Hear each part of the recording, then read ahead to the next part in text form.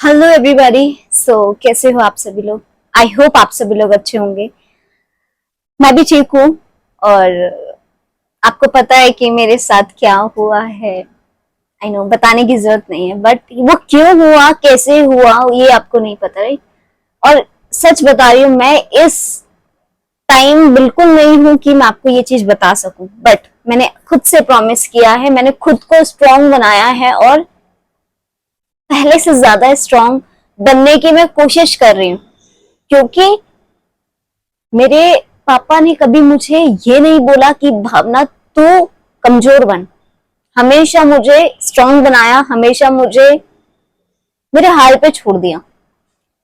ये चीज मुझे कभी किसी ने नहीं सिखाई जो मुझे उनने सिखाई। बट मैं एक्सेप्ट करती हूँ उनकी बात कि वो बहुत स्ट्रांग बना रहे हैं, बट अंदर जो चीज है उसको हम किस तरीके से बाहर निकालें तो वो मुझे नहीं पता। बट मुझे लगता है कि मैं इस वीडियो में ये सारी चीजें बताना चाहती हूँ और फिर से वो बात याद करना चाहती हूँ जो मेरे दिमाग से नहीं जा रही है, जो मुझे एक्सेप्ट नहीं हो रहा है कि यस भावना, ये हुआ है। मैं कह रही हूँ नहीं हुआ है।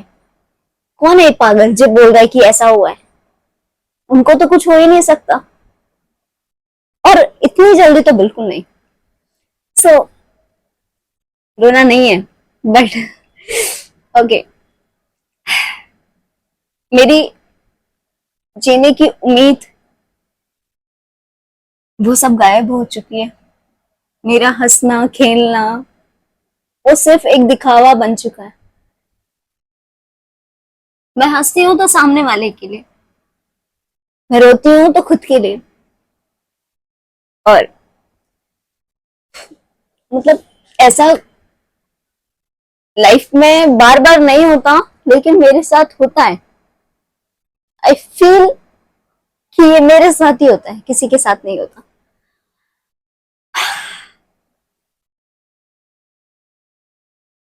लोग कहते हैं कि टाइम के साथ साथ सब बदल जाता है, टाइम के साथ साथ तुम भूल जाओगी, टाइम के साथ साथ तुम ढल जाओगी, बट कहाँ?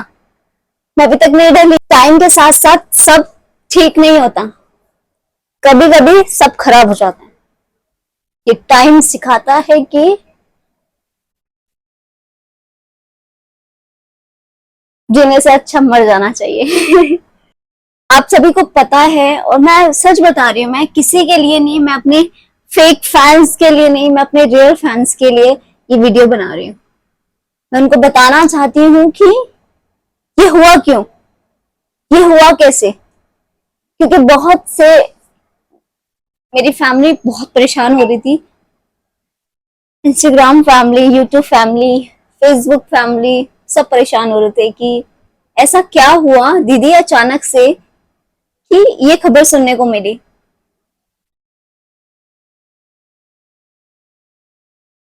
एलिगेशन जिनको लगाने थे उन्होंने लगा दिए। मैं उन लोगों को कुछ नहीं कहना चाहती, उनको बस थैंक यू सो मच कहना चाहती हूँ। लगे रहिए। बट मेरे पापा इतने स्ट्रांग थे,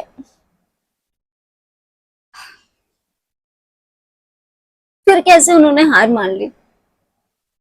जब वो अपनी बेटी को बोलते हैं कि स्ट्रांग बन, स्ट्रांग बन, स्ट्रांग बन, खुद क्यों हार मान मान गए हो?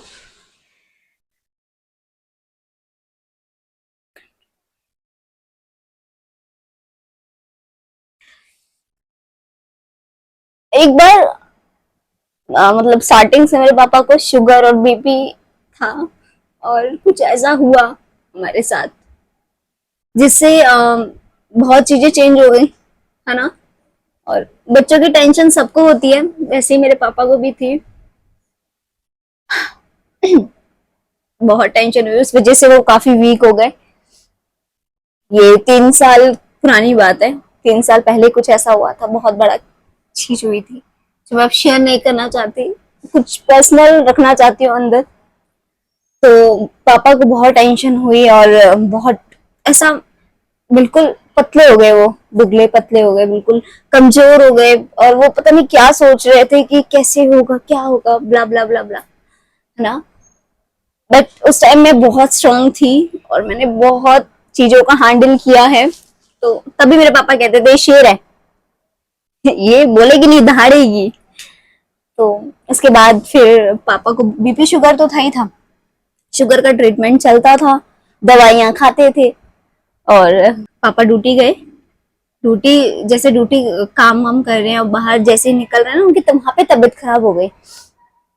वहां पे उनको सांस की प्रॉब्लम हो गई, और कभी नहीं थी सांस की प्रॉब्लम, कभी नहीं थी। तो उनको सांस लेने में प्रॉब्लम हुई। तो मामा जी थे मेरे, तो वो भी वहीं काम करते हैं, तो उन्होंने बोला कि सबने बोला एक काम करो, हॉस्पिटल चलते हैं, यहाँ पे हॉस्पिटल है, वहां चलते हैं।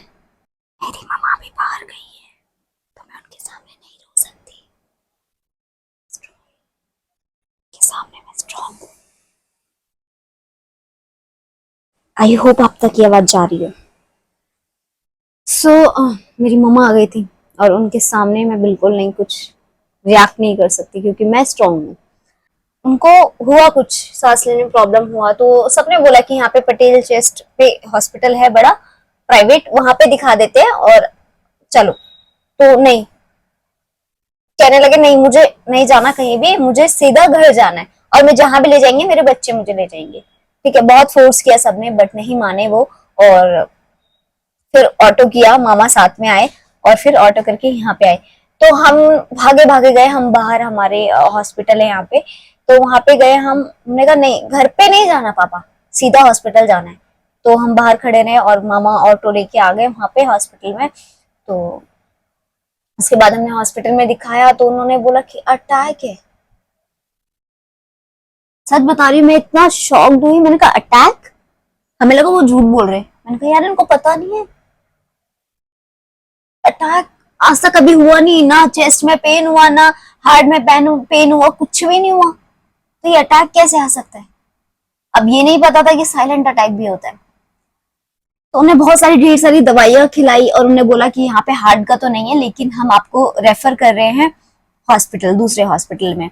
जीबी पंत में रेफर किया, हमें लिखा कि जीबी पंत में आपका रेफर हम कर रहे हैं, और एम्बुलेंस में ले गए, क्योंकि इमरजेंसी थी बहुत ज्यादा, सांस लेने में बहुत प्रॉब्लम हो रही थी। तो जीबी पंत वालों ने क्या किया, वहां पे लिया ही नहीं, वहां पे सीरियस केस को लेते हैं, ये हमें नहीं पता था। अगर हमें पता होता तो हम नहीं करवाते वहां। तो उसके बगल में जो हॉस्पिटल है वहां पे एडमिट किया, क्योंकि इमरजेंसी ज्यादा थी, कहीं और लेके जाते तो प्रॉब्लम हो जाती। तो हम हमें वहां पे लोग नाइक सही लगा, तो हमने वहां पे ट्रीटमेंट करवाया, और सही हो गए थे।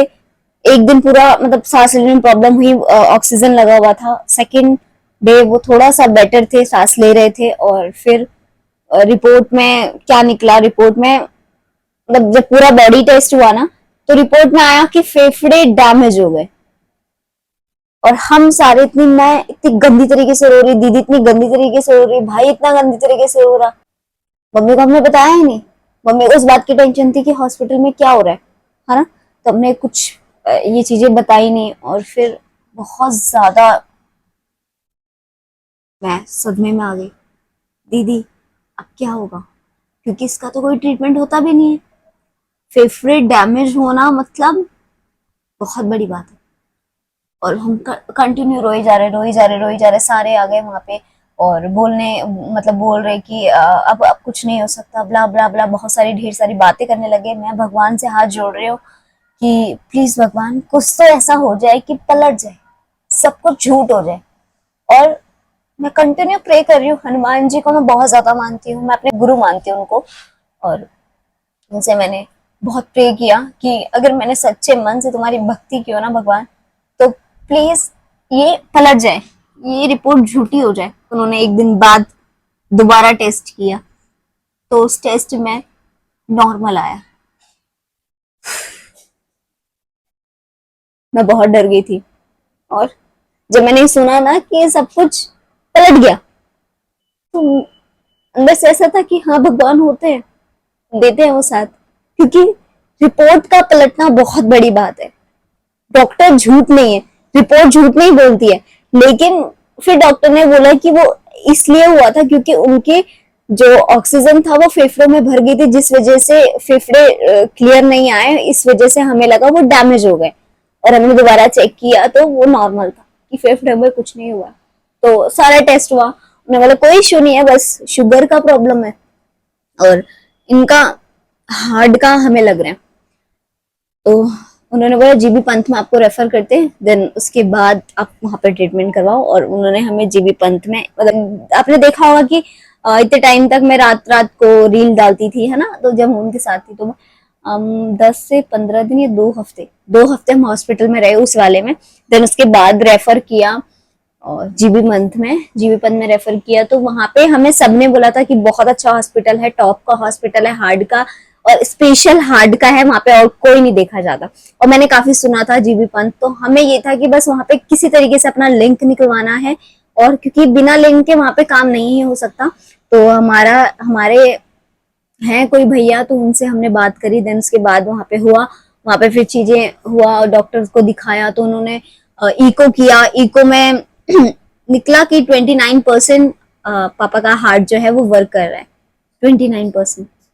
तो डॉक्टर ने बोला रिकवरी हो जाएगी अगर ये दवाइयां खाते हैं टाइम से, टाइम टू टाइम। और डाइट चार्ट दे दिया था, और हमने बहुत सीरियसली ये चीजें किया, हमने डाइट चार्ट को फॉलो किया। बट प्रॉब्लम ये थी ना, उनको जो चीज मना करते थे वो चीज खाते थे। उनको शुगर के लिए अनार बिल्कुल मना था, वो कहते थे अनार के बिना मैं खाना नहीं खाऊंगा। थोड़ी जिद्दी थे मेरी तरह, बट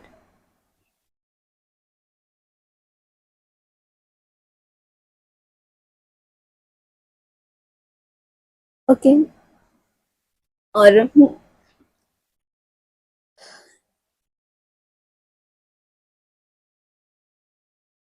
जबरदस्ती अनार खाते थे, और हम क्या करते थे, उनको अनार नहीं खाना करके उनके सामने अनार हम छीलते थे। तो हम क्या करते थे, मौसमी होती है वो खट्टी होती है, और हमने स्पेशल गांव से मंगवाया ताजा, क्योंकि यहाँ पे हमें पता है कि इंजेक्शन के थ्रू वो करते हैं, और हमने गांव से मंगवाया प्योर चीजें, चुकंदर ये सब, इसका जूस। सुबह 5 बजे उठ जाते थे और जूस वूस बना के पापा के लिए, है ना, उनको पिला के। देन 1 महीना वो रेस्ट पे थे घर पे, और उनका मन नहीं लगा, बिल्कुल बेचैन हो गए। उनको आदत थी ना, वो बहुत स्ट्रगल करते थे, और उनको आदत थी कि मुझे कुछ ना कुछ करना है, मुझे खाली नहीं बैठना, उनको ये था। तो यहाँ पे भी जब वो घर पे भी थे ना, रेस्ट नहीं करते थे, सीधा कभी गमलों में लग जाना, उनको केयर करना, है ना।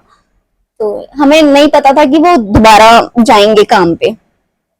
तो उसके बाद 1 महीना उन्होंने रेस्ट किया, हमने भी मतलब काफी डाइट फॉलो किया, चीजें करी। बट हमें नहीं पता था कि वो दवाइयां जो है ना, उनको लग नहीं रहा। तो हमने डॉक्टर से कंसल्ट किया कि इनको भूख नहीं लग रही है, आई थिंक दवाइयों की वजह से इनको भूख नहीं लग रही है, सब कुछ नॉर्मल है, सब कुछ ठीक है, कोई उसके बाद कोई इश्यू नहीं हुआ। ठीक है, तो डॉक्टर ने क्या बोला कि ये तो होगा, बट थोड़ा सा एक काम कर, थोड़े टाइम बाद मैं इसको कम कर दूंगा।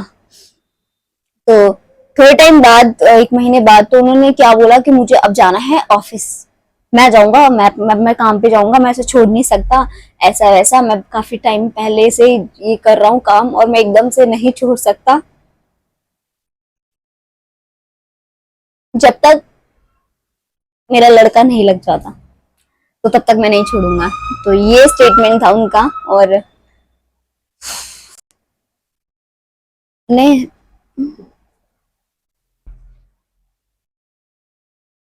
तो जब हमने बहुत कोशिश किया उनको रोकने की, वो बहुत जिद्दी थी, बहुत जिद्दी। नहीं, मैं जाऊंगा, मैं जाऊंगा, मैं खाली नहीं बैठ सकता। तुम खाली बैठ सकते हो लेकिन मैं नहीं बैठ सकता, मुझे बेचैनी होने लग जाती है, मुझे नहीं मन लगता घर के अंदर, है ना। और सीरियसली उनका मन बिल्कुल नहीं लगता था घर के अंदर, उनको ऐसा लगता था कि कुछ ना कुछ करूं मैं, कुछ ना कुछ, और खुराफाती दिमाग में चलता रहता था कि मुझे ये करना है, वो करना है ना।